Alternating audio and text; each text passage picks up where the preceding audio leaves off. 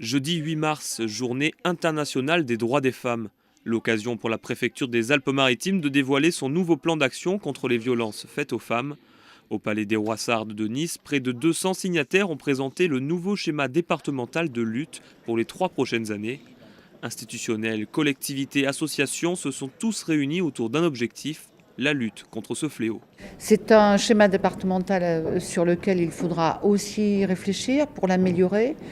J'attache personnellement une attention particulière à la question de la révélation des faits de violence, notamment lorsque des personnes, dans leur exercice professionnel, peuvent en avoir connaissance. C'est une réussite et je suis, je l'ai dit et je le répète, assez fière de figurer parmi les signataires pour le parquet de grâce de ce schéma départemental. Alors, il y aura énormément d'actions, mais qui se regroupent au travers de 22 axes différents. Prenons-en quelques-uns.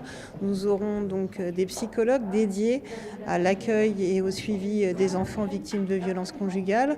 Nous aurons l'élaboration de manière un petit peu en vrac, mais de flyers à destination de l'ensemble des usagers et usagères qui sont susceptibles d'être victimes de violences et qui pourront les aider à prendre conscience de leur situation. Nous avons des outils à destination des professionnels, comme des fiches réflexes, parce que tout le monde n'est pas assez formé aux questions notamment de lutte contre les violences conjugales, aux phénomènes d'emprise, et qui leur permet d'avoir un certain nombre de listes de questions, de puce à l'oreille, justement pour favoriser le développement de la parole, la libération et donc la prise en charge des victimes. Pour les associations qui sont confrontées chaque jour à des cas de violences faites aux femmes, ce schéma départemental doit permettre de libérer la parole et renforcer les liens entre le tissu associatif et les pouvoirs publics. Il y a encore un gros travail à faire sur l'information sur les droits, notamment dans la sphère privée et familiale. C'est encore un sujet sur lequel il y a encore beaucoup de travail à faire, avec une lourde culpabilité des femmes qui sont victimes de violences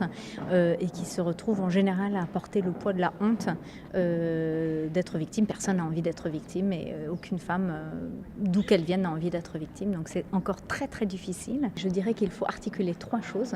La prévention, la lutte contre les comportements sexistes, l'accompagnement des femmes et la répression des auteurs. L'an dernier, dans les Alpes-Maritimes, plus de 5000 cas inquiétants ont été recensés. 2 femmes ont perdu la vie des suites de violences conjugales.